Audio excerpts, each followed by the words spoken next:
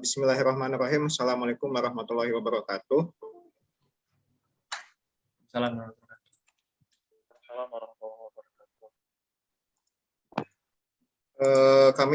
Kami dari kelompok Turangga akan mempresentasikan tentang studi kasus pada rangkaian RLC dengan metode penyelesaian Runge Kuta Orde 4. Ini adalah anggota-anggota kelompok kami. Yang pertama adalah saya sendiri, Arif Fatullah, dengan NIM 119170071. Kemudian ada Ardan Rindianto dengan NIM 119170037. Kemudian ada Franciscus Adimas dengan NIM 119170023. Dan terakhir ada Muhammad Adrian Firdaus Tarigan dengan NIM 119170068. Untuk secara garis besarnya ada 4 ya. Pertama ada pendahuluan, itu isinya tentang mungkin pengenalan gitu ya. Terus yang kedua tentang landasan teori. Ketiga ada hasil dan pembahasan. Terus yang selanjutnya adalah penutup ya.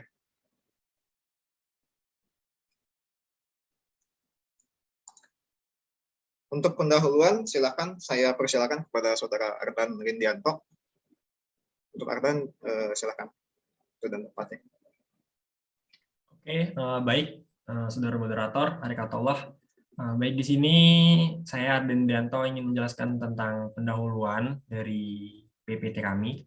Jadi di pendahuluan ini ada 4 poin ya. Jadi ada latar belakang, terus definisi, macam-macam rangkaian listrik, dan tujuan. Yang pertama itu ada latar belakang ya. Nah, jadi apa sih latar belakang kita mengambil judul studi kasus mengenai rangkaian RLC dengan metode penyelesaian Runge Kuta Orde 4. Nah, di sini kita ada beberapa faktor ya. Jadi faktor itu yaitu dalam persamaan matematika ini cukup panjang prosedurnya jika diselesaikan secara analitik ya.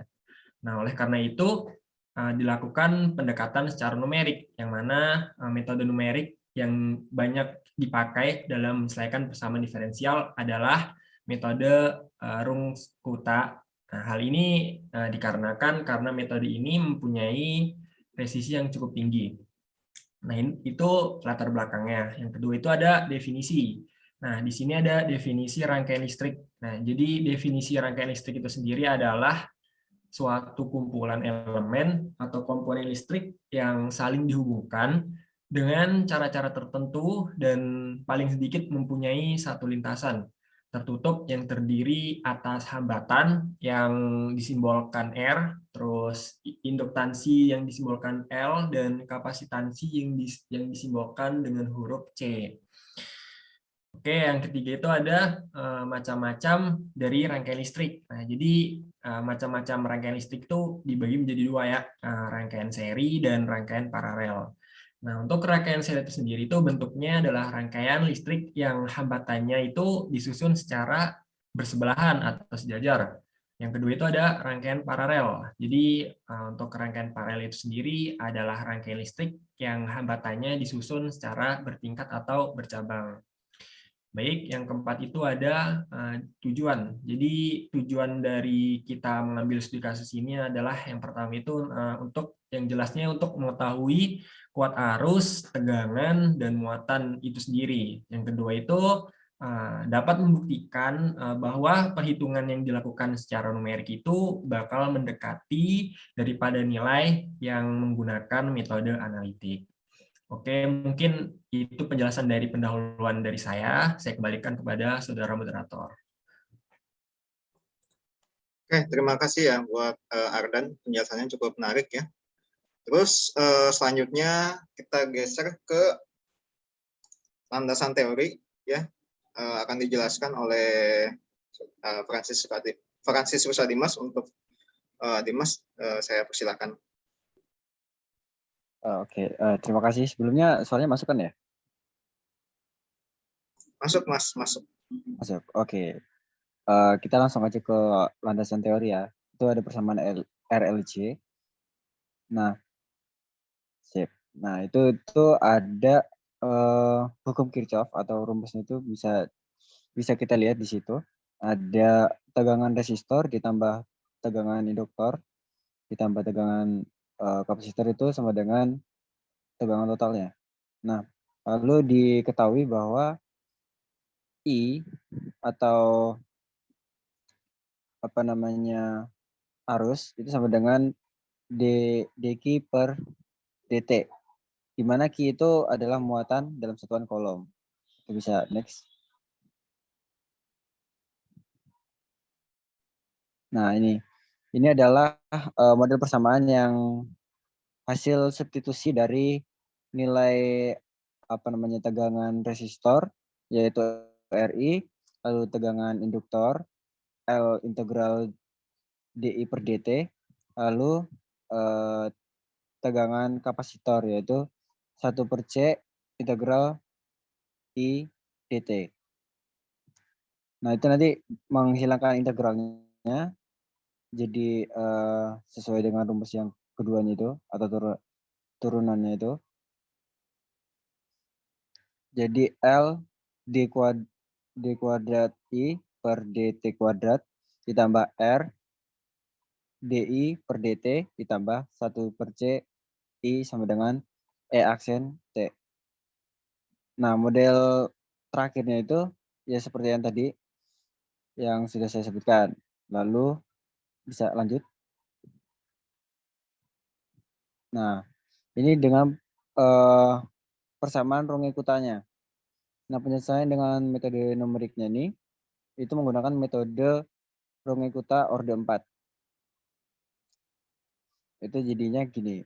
Rumusnya YN plus 1 sama dengan YN tambah 1 per 6 dikalikan dengan K1 ditambah 2K2 ditambah 2K3 ditambah K4. Nah, di mana K1 itu HF dari XN dan YN, lalu K2 itu HF XN plus setengah H dan YN plus setengah K1. Lalu K3 HF dari XN tambah 1 setengah H dan YN plus setengah K2. Lalu K4 sama dengan HF dari XN tambah H dan YN plus K3. Oke, lanjut. Oke, ini sudah masuk ke hasil dan pembahasan. Akan saya kembalikan ke moderator. Terima kasih.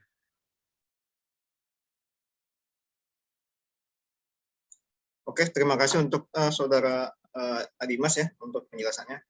Menarik. Untuk hasil dan pembahasan kita geser ke Saudara ini ya, Muhammad Adrian Firdaus. Untuk Adrian, saya persilakan. Baik, terima kasih moderator. Sebelumnya apakah suara saya jelas? Jelas, Adrian. Ya udah, berarti bisa dilanjut moderator. Iya, silakan. Di slide selanjutnya.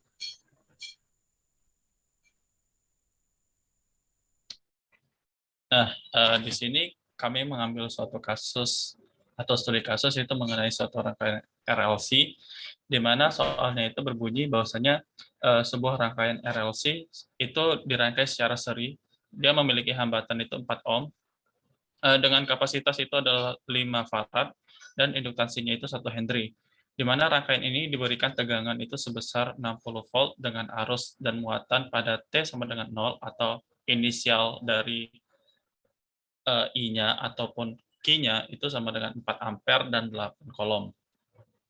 Di sini kita diharuskan untuk menentukan besarnya dari muatan dalam selang waktu 0 sampai 15 detik. Nah, ketika kita ingin menjawab soal itu kita harus juga membuat diketahuinya bahwasanya R itu adalah 4 ohm, dengan C adalah 5 farad, L adalah 1 Henry, dengan tegangan itu adalah 60 volt, dengan I0 dan Q0 itu adalah 4 ampere dan 8 kolom. Dan ditanya itu adalah nilai dari muatannya pada selang waktu 0 sampai 1,5 detik. Bisa dilanjut moderator. Nah, Di sini kan yang sudah dijelaskan oleh teman saya tadi sebelumnya, Saudara Adimas, itu mengenai persamaan dari rangkaian RLC. Secara analitik, persamaan dari rangkaian RLC itu adalah L diferensial kedua dari Q per DT ditambah dengan nilai dari hambatannya diturunkan terhadap nilai dari muatan per DT ditambah 1 per Q dikali dengan muatan. Itu sama dengan turunan pertama dari tegangan yang dipengaruhi oleh waktu. Di sini kita misalkan bahwasanya nilai Q adalah Y. Jadi rumusnya akan berubah menjadi L Y turunan kedua ditambah dengan R Y turunan pertama ditambah dengan 1 C Y. Dan itu akan sama dengan nilai dari tegangannya.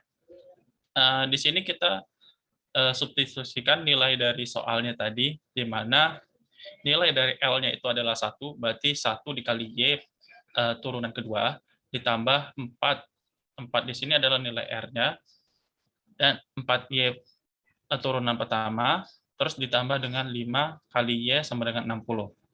Kemudian kita lakukan perhitungan dengan menggunakan metode diferensial order kedua. Ini merupakan solusi yang dilakukan secara analitik. Lanjut, moderator. Nah, dalam penyelesaian diferensial order 2, itu kita mengenal yang namanya solusi homogen dan solusi non-homogen. Di mana pada solusi homogen ini, hal pertama yang harus kita lakukan adalah kita menentukan persamaan karakteristik. Jadi, persamaan karakteristiknya adalah R kuadrat ditambah 4R ditambah 5. Itu sama dengan 0. Ini bisa kita ketahui bahwasanya tadi kan di slide sebelumnya menyatakan bahwasanya Y turunan kedua ditambah dengan 4Y ditambah 5Y itu sama dengan 0. Jadi turunan kedua itu adalah R kuadrat, kemudian turunan pertama itu ada R, dan yang tidak diturunkan itu tidak termasuk dalam hitungan. Jadi R kuadrat ditambah 4R ditambah 5 sama dengan 0. Kemudian kita ingin mencari akar persamaan dari persamaan karakteristik ini, yaitu kita menggunakan rumus ABC. Di rumus ABC itu dapat kita lihat pada slide ini ya. Sehingga nilai dari R1,2, maksudnya itu adalah R1 dan R2, itu adalah minus 2 plus minus I. I ini kita dapatkan karena nilai dari akarnya itu adalah minus, jadi itu bilangan imajiner. Terus kita mendapatkan solusi homogennya itu adalah QH sama dengan E pangkat minus 2T dikali konstanta 1 cos T ditambah konstanta 2 itu dikalikan sin T. Kemudian kita lanjut ke solusi non-homogen. Dengan menerapkan metode koefisien tak tentu, itu kita dapat menentukan solusi homogen, di mana solusi homogen ini kami lambangkan dengan QP. QP itu sama dengan A, di mana A itu merupakan hasil bagi dari nilai tegangan totalnya itu dibagi dengan 5, sama dengan 12. Lanjut. Nah, dari penjelasan sebelumnya tadi kan kita mengetahui bahwasanya nilai C1 dan C2 itu belum diketahui. Itu merupakan solusi umumnya. Nah, kita beranjak ke solusi khususnya, di mana kita harus menentukan nilai dari C1 dan C2 untuk mendapatkan persamaan yang memang kita bisa berikan ataupun kita bisa selesaikan untuk rangkaian RLC ini. Jadi solusi khususnya itu di mana kita sebelumnya itu telah mengetahui bahwasanya nilai dari I0, I fungsi dari 0, dan I fungsi dari 0 itu sama dengan 48. Dan juga kita sudah mengetahui bahwasanya kuat arus itu merupakan diferensial dari Q per DT. Maka nilai dari kuat arus itu sama dengan turunan dari turunan dari muatan, yaitu sama dengan 4. Kemudian kita lanjut untuk mencari solusi khususnya. Berarti untuk mencari solusi khusus, kita sudah mengetahui bahwasanya solusi umumnya itu adalah Q sama dengan E pangkat min 2dt, min 2T, dikali C1 cos T ditambah C2 sin T, itu ditambahkan dengan 12. Kemudian kita substitusikan nilai dari Q 0 itu sama dengan 0. Jadi kita masukkan aja nilai Q-nya, berarti 8 sama dengan E pangkat minus 2. T-nya kita, setiap nilai yang ada variabel T-nya itu kita gantikan dengan 0. Berarti E min 2 dikali 0, kemudian kita kalikan C1 cos 0 dan C2 sin 0 ditambah dengan 12. Dan hasilnya itu adalah 8 ditambah C1 ditambah 12. Kenapa cuma C1 aja yang ada? Itu karena nilai dari sin 0 itu adalah 0. Maka 8 sama dengan C1 ditambah 12. Jadi kita dapat mengetahui bahwasanya C1 itu sama dengan minus 4.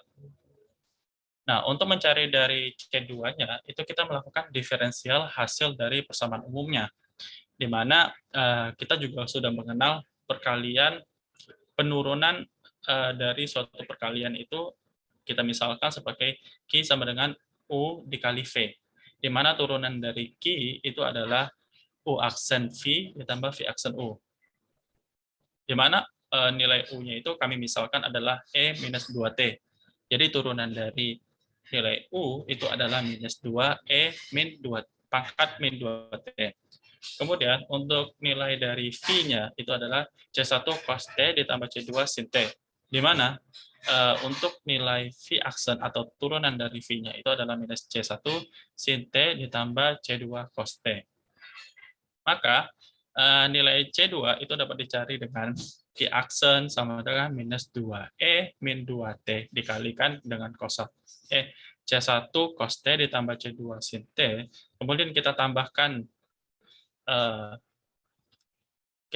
dengan minus C1 sin T ditambah C2 cos T dikalikan dengan E pangkat minus 2T. Ini udah dalam bentuk gabungan ya. Gabungannya itu adalah Q aksen sama dengan U aksen V ditambah V aksen U. Jadi Q aksen itu adalah sama dengan minus 2C1 ditambah C2.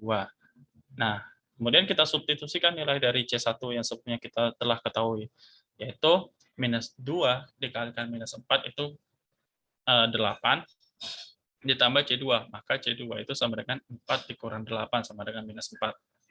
Sehingga kita dapatkan solusi khususnya, itu adalah Q sama dengan min 4E pangkat minus 2T cos T ditambah sin T ditambah 12.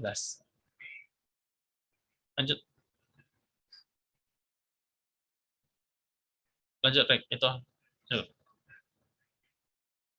Sebelumnya saya potong dulu ya Adrian ya, karena mungkin di sini ada terbatasan waktu ini ya di Zoom ya. Mungkin kita pindah dulu ke link selanjutnya aja ya, supaya aman gitu ya. Oh ya udah. Oke, sebentar ya.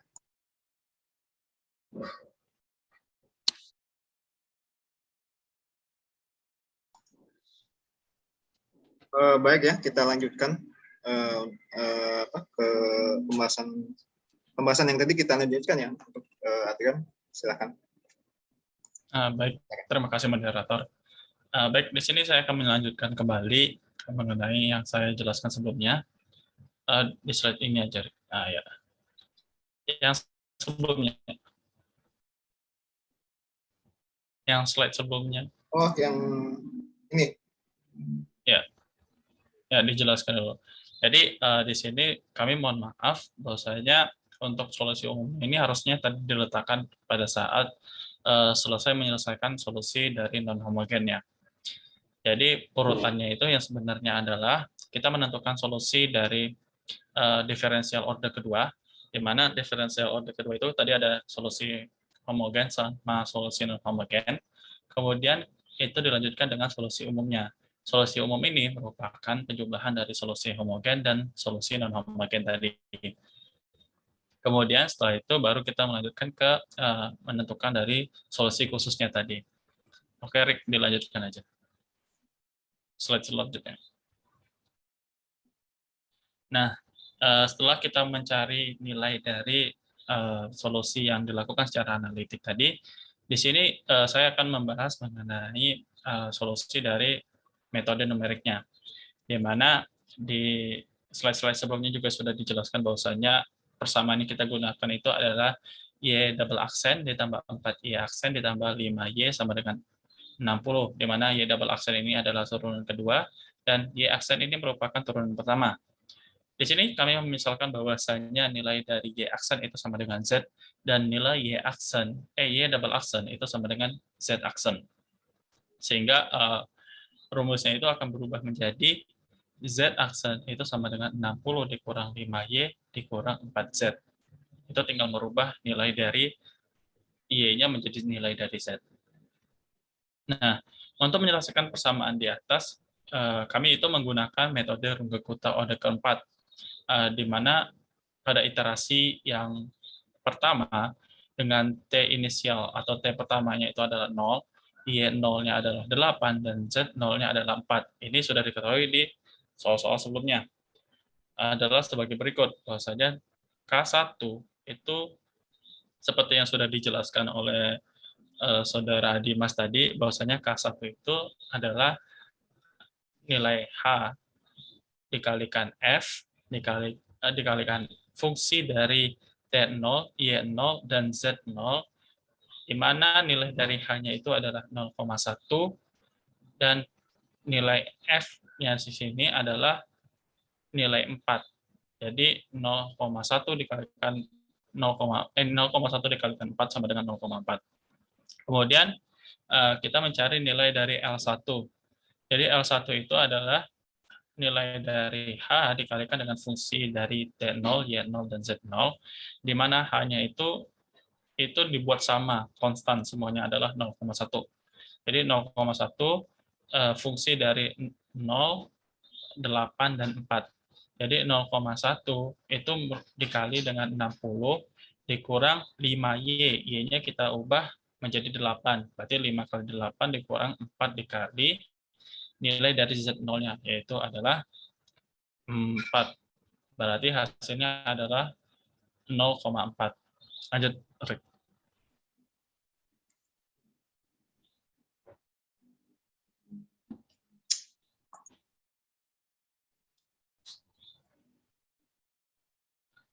Nah, selanjutnya kita mencari dari nilai K2. Jadi K2 itu dihasilkan, K2 itu rumusnya adalah nilai H dikalikan dengan fungsi dari T0 ditambah setengah H, Y0 ditambah setengah K1, Z0 ditambah setengah L1. Jadi nilai dari K atau L sebelumnya itu berpengaruh terhadap nilai-nilai selanjutnya. Sehingga hasil dari K2 itu dengan perhitungannya dapat dilihat pada slide, itu hasilnya adalah 0,42. Seterusnya juga sama untuk L2, L3, kemudian K4, dan L4. Itu seterusnya akan sama. Dapat dilihat pada slide. Untuk L2 itu adalah 0,22 didapatkan hasilnya. Untuk K1 adalah 0,411. Untuk L3-nya itu adalah 0,251. Untuk K4-nya adalah 0,4251, dan ini tipe ya mungkin ya. Itu harusnya adalah L4 itu sama dengan 0,0941. Lanjut, Rick. Nah, dari hasil dari kita menghitung dari K1, K2, K3, K4, terus ada L1, L2, L3, dan L4, itu sebenarnya kita ingin mencari dari nilai Y1 dan Z1. Jadi, seperti yang sebelumnya sudah dijelaskan bahwasanya nilai dari Y1 itu merupakan hasil dari penjumlahan dari Y0 ditambah setengah, dikali K1, ditambah 2K2, ditambah 2K3, ditambah K4. Di mana nilai dari Y0-nya itu adalah 8, ditambah setengah dikali 0,4, itu nilai dari K1-nya yang sebelumnya sudah dijelaskan, dikalikan 2 kali K2, K2-nya adalah 0,42, ditambah 2 kali K3-nya 0,411, dan ditambah 0,4251, itu adalah K4-nya. Hasilnya adalah 8,41. Untuk Z1 juga sama, yang membedakan adalah nilai Z1 itu didapatkan dari penjumlahan nilai L-nya, bukan nilai K-nya. Sehingga didapatkan nilai Z1 itu adalah 4,239. Selanjutnya itu dilakukan perhitungan menggunakan Excel. Di sini kami menggunakan Excel untuk melakukan iterasi 2-15, karena perhitungannya itu cukup kompleks dan banyak. Dengan nilai H-nya itu adalah 0,1. Dan waktunya itu sampai 1,5 detik. Lanjut. Nah, ini tabel hasil dari perhitungan kami menggunakan Excel. Bisa dilihat pada slide. Mungkin saya akan menjelaskan sedikit ya. Jadi ketika di sini I ini maksudnya adalah iterasi, nilai T-nya itu adalah 0 ya. Kita pertama tadi mengidentifikasi dari nilai 0, T-nya sama dengan 0, kita ketahui bahwasannya nilai Y-nya, yaitu kan kita misalkan tadi sebelumnya bahwasannya nilai dari muatan atau Q itu adalah nilai Y. Jadi nilai dari Y itu adalah 8, nilai dari Z itu adalah turunan pertama dari muatan, itu adalah 4. Kemudian kita ketahui juga bahwasanya K1, L1, K2, L2, dan seterusnya, itu berdasarkan penjelasan yang sebelumnya saya telah jelaskan. Gitu. Seterusnya, itu sampai kita melakukan 15 kali iterasi atau pengulangan, hingga waktunya itu mencapai 1,5 detik. Sebenarnya hal yang penting yang kita ambil dari tabel ini adalah nilai Y-nya. Karena nilai Y-nya itu mempresentasikan dari hasil dari muatan yang kita dapat. Dari 0,1 detik sampai 1,5 detik. Lanjut.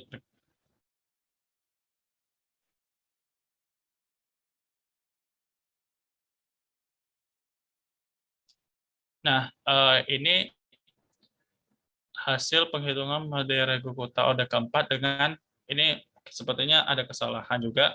Nilai H-nya ini kami melakukan variasi yaitu 0,05. Jadi setiap kali penambahan waktunya itu adalah 0,05. Kalau tadi kan kita 0,1 ya H-nya. Nah, di sini kita pakai 0,05. Jadi iterasinya itu bisa sampai 2 kali lipatnya iterasi yang sebelumnya, yaitu 30 kali iterasi. Mungkin tujuan kami di sini melakukan perbandingan ini untuk memberikan untuk menjelaskan mengenai bagaimana sih pengaruh dari variasi dari nilai H itu terhadap kesesuaiannya atau kemiripannya dengan nilai analitiknya. Lanjut.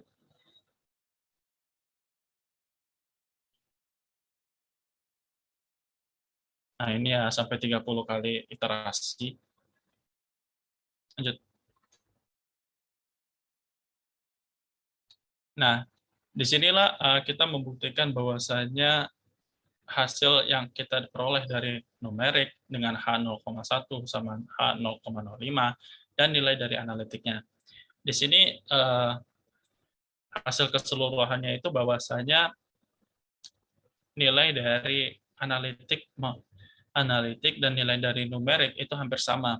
Di mana untuk nilai dari Galat 1 ini merupakan selisih dari hasil analitik dengan numerik H sama dengan 0,1. Itu sangat kecil sekali selisihnya, yaitu 2,5 kali 10 pangkat minus 5. Dan yang paling kecil lagi itu ada 2,7 kali 10 pangkat minus 6. Itu sangat kecil sekali. Kemudian kita pada Galat 2 ini merupakan selisih dari nilai numerik H0,05 dengan analitiknya. Itu juga lebih kecil dibandingkan dengan Galat 1-nya tadi. Yaitu yang paling kecil itu adalah minus 9 kali 10 pangkat minus 8. Itu sangat kecil sekali. Sehingga errornya itu sangat kecil. Bisa sampai 2,29 kali 10 pangkat minus 5. Sehingga kita dapat simpulkan bahwasanya hasil yang kami dapatkan ini baik secara numerik dengan variasi H sama dengan 0,1 maupun variasi H sama dengan 0,05 itu memberikan hasil yang sangat-sangat mendekati hasil analitiknya. Dan juga variasi nilai H0,05 itu nilainya itu sangat lebih mendekati analitiknya dibandingkan dengan numerik H0,01. Oke, lanjut.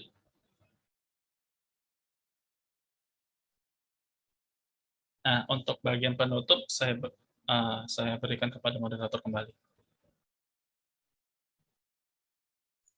Oke, terima kasih ya untuk Adrian untuk penjelasannya, menarik. Selanjutnya kita sampai ke bagian menutup ya, bagian terakhir dari presentasi kami. Sebentar ya. Ini kesimpulannya dari presentasi kami adalah pertama, untuk menyelesaikan permasalahan mengenai rangkaian RLC, baik itu muatan atau kuat arus ya, maupun tegangannya atau voltasenya dapat diselesaikan baik itu secara analitik dengan memakai metode diferensial order 2, dan untuk metode numeriknya itu kita bisa lakukan itu dengan menggunakan rumus Runge-Kutta yang kita bahas sekarang ini order 4 ya. Hasil yang didapatkan dari perhitungan ini secara analitik dan numerik, hasilnya adalah sama persis ya. Dibuktikan dengan tingkat error yang terbaca terbilang sangat kecil ya. Terus yang terakhir adalah variasi pada nilai H memberikan nilai yang terbilang berbeda. Jadi variasi H-nya itu ya berbeda gitu ya variasinya. Terus ada hubungannya ya, semakin kecil nilai H-nya, nah hasil yang didapatkan melalui metode numerik ini akan semakin mendekati nilai analitik. Gitu. Jadi semakin kecil nilai H-nya itu untuk metode numerik itu ya, semakin kecil nilai H-nya itu maka hasilnya tuh akan semakin mendekati yang metode analitik. Gitu ya. Jadi kalau mau misalnya hasilnya itu pengen mirip sekali itu ya dikecilin aja gitu nilai ya, dikecilkan aja gitu nilai H-nya itu ya. Oke, mungkin sekian presentasi dari kami. Mohon maaf bila banyak kekurangan. Pada Tuhan saya mohon ampun. Sampai jumpa di lain kesempatan. Kami pamit undur diri. Wabillahi taufiq wal hidayah. Wassalamualaikum warahmatullahi wabarakatuh. Waalaikumsalam warahmatullahi wabarakatuh.